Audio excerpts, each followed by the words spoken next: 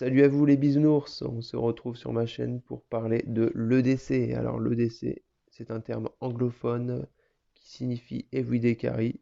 En d'autres termes, c'est ce que je vais porter sur ma personne tous les jours de l'année, que je sois en vacances ou au travail, en jean, en short ou en treillis. Allez, c'est parti, on y va. On commence avec la poche avant gauche, donc c'est un porte-carte avec du cash, un préservatif, un petit papier où j'ai marqué mon numéro de téléphone, mon nom, mon prénom, au cas où je perds mon porte-carte. Différentes cartes, donc les plus nécessaires, une carte de sport, une carte bleue, un permis de conduire. L'appoint pour les billets en pièces. On continue avec mon Laserman que j'ai adopté depuis maintenant 2 ans. C'est le Laserman Surge. À l'intérieur de cette pince, eh bien, il y a la fameuse pince, pince coupante, pince pour dénuder les fils ici entre les deux, voilà, qu'on va se refermer. On a également un poinçon, un petit tournevis plat et un gros tournevis plat.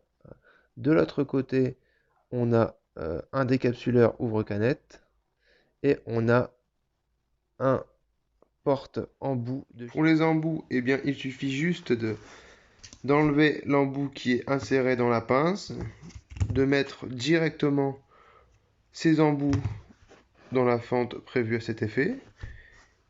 Donc ce sont des embouts spécifiques Laserman qui sont plats et faits pour cet outil de la pince.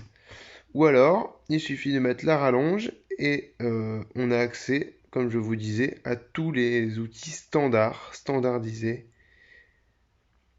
que peut offrir les grandes surfaces du bricolage. Donc accessible de l'extérieur, 4 différents outils qui seront bloqués par une sécurité qu'on peut voir à chaque endroit ici. Donc là, une lame de couteau qui arrive rasoir, le ciseau Laserman, une lame lacérée et un porte-lame. Sur ce porte-lame, on va pouvoir fixer des lames amovibles de type scie sauteuse. Il suffit de pousser ici assez fort avec le pouce et puis la lame tombe. Donc dans mon sac à dos, eh bien, j'ai un embout pour mettre une lime gros grain et fin grain, une deuxième scie à métaux et une lame de scie pour le bois. Donc il suffit de la replacer et de refermer la pince. On continue avec la poche avant droite. Donc c'est un Sharpie, le classique, deux C1 et un C1, un deuxième moyen d'écrire qui est très complémentaire au Sharpie, le fameux stylo Bic 4 couleurs, le mini. On a également une lampe MicroStream de chez Streamlight. Elle a 4 ou 5 ans, elle en a vu des choses et elle est toujours en vie. Je la recommande très fortement. Un briquet qui change très régulièrement puisque je les prête et on me ne les rend pas. Et ouais, c'est dommage. Pour le lien social, je ne fume pas, mais j'ai des amis qui fument. Pour ouvrir les canettes également, c'est important. Vivre avant de survivre.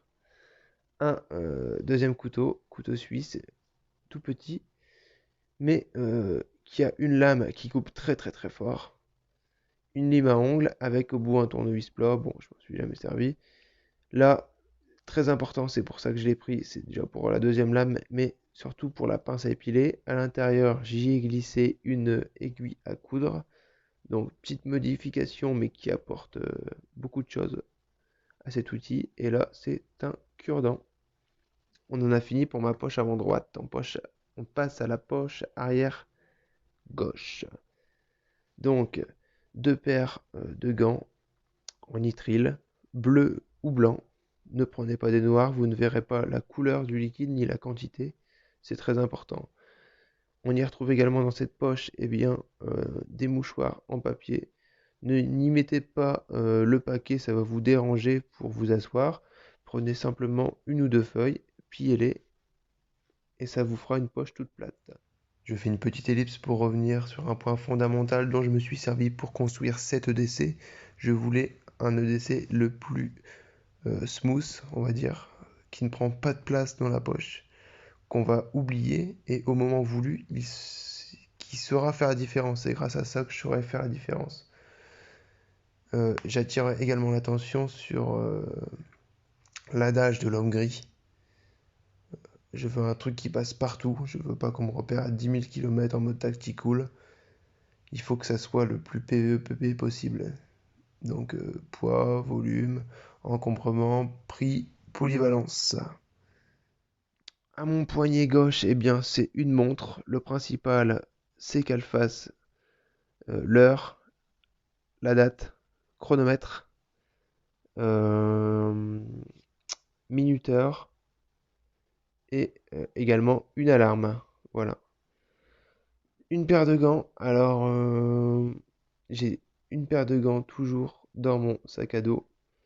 En hiver, j'en rajoute une deuxième paire pour les avoir à portée de main euh, dans mon dernier outil. La ceinture pour tenir le pantalon et une arme de poing. Réponse létale à des problèmes létaux. Voilà, j'en dirai pas plus. Formez-vous.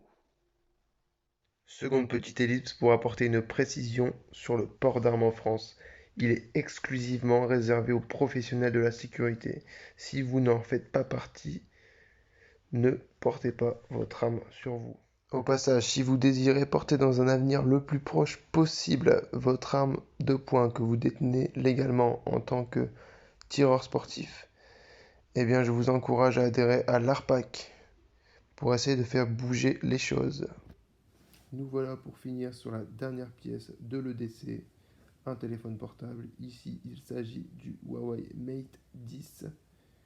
Bon, c'est un modèle déjà obsolète depuis quelques temps, mais qui fait très bien son boulot pour ce qui est d'aller sur Internet pour accéder au savoir, se divertir avec les vidéos et les jeux, pouvoir contacter d'autres personnes avec tout ce qui est les applications de réseaux sociaux ou téléphone portable.